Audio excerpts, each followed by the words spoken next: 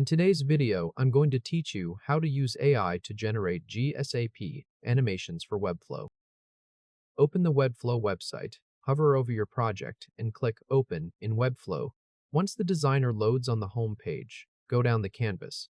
Scroll past the empty padded area near the top, and keep going until you see the 3 stacked cards. These are the elements we'll be targeting with the animation code. Click on any one of the 3 cards. Then, move to the Style panel on the right side and look at the Selector field at the top. Make sure it reads Card. This confirms that all 3 of these elements share the same class, which is what the generated animation code will use. Now open a new browser tab and go to chatgpt.com. When the page loads, click New Chat in the top left corner. Click into the message box, then paste your animation prompt. If you need the exact wording used here, pause and copy the pinned comment for the prompt used in this tutorial. After the full prompt is in place, press Enter and wait for ChatGPT to respond. The response will return a code block. In that code block, you should see 2 script tags for the GSAP and ScrollTrigger CDN links, followed by a third script tag that includes GSAP.register plugin and a GSAP.fromCall targeting.card. Once that code appears, move your cursor over the code block and click the copy icon in the top right corner of it. Go back to your Webflow tab. On the far left sidebar, click the Pages icon, the one that looks like a sheet of paper. In the Pages panel, find the Homepage row. Hover over that row, then click the gear icon that appears on the right side. This opens the Page Settings panel from the right. Inside Page Settings, scroll down until you reach the Custom Code section. In that section, click inside the field labeled before/body tag. Paste the code you copied from ChatGPT directly into that text area. After the full code is pasted, go to the top of the panel and click Save Changes. Now publish the page so the custom code runs on a live staging version.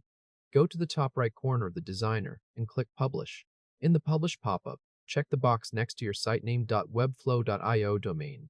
Then click Publish to selected domains. Wait for the green Publish Successful confirmation. This usually takes a few seconds. After publishing finishes, open the live site. On the Publish page, scroll down past the empty top area. As the 3 cards enter the viewport, they will fade up and stagger in. That confirms the animation is now running live using code generated by AI and added through Webflow's custom code area. If this helped, hit like and subscribe for more quick tutorials. Now let's update the animation by prompting again. Switch back to the ChatGPT tab and stay in the same chat. Click in the message box and type your revision prompt. If you want to use the same revision wording shown in this workflow, pause here and copy the pinned comment for the prompt. After entering the revised request, press Enter and wait for the updated code block to generate. When the new code appears, click the copy icon on that updated code block. Then switch back to Webflow again. Click the Pages icon in the far left sidebar and click the gear icon next to Home to reopen Page Settings. Go back down to the before/body tag text area. Click into the field, remove the old code completely, and then paste the new code you just copied. Once the new version is in place, click Save Changes and close the panel.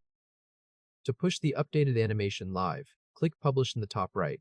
In the pop-up, tick your .webflow.io domain again. Then click Publish to selected domains. After publishing completes, open the live site again. On the new live version, scroll to the card section and watch the updated animation play. That completes the full workflow. Generate the GSAP animation in ChatGPT. Copy the script. Paste it into the before/body tag area in Webflow. Publish to the staging domain. And then revise the motion by prompting again and replacing the code.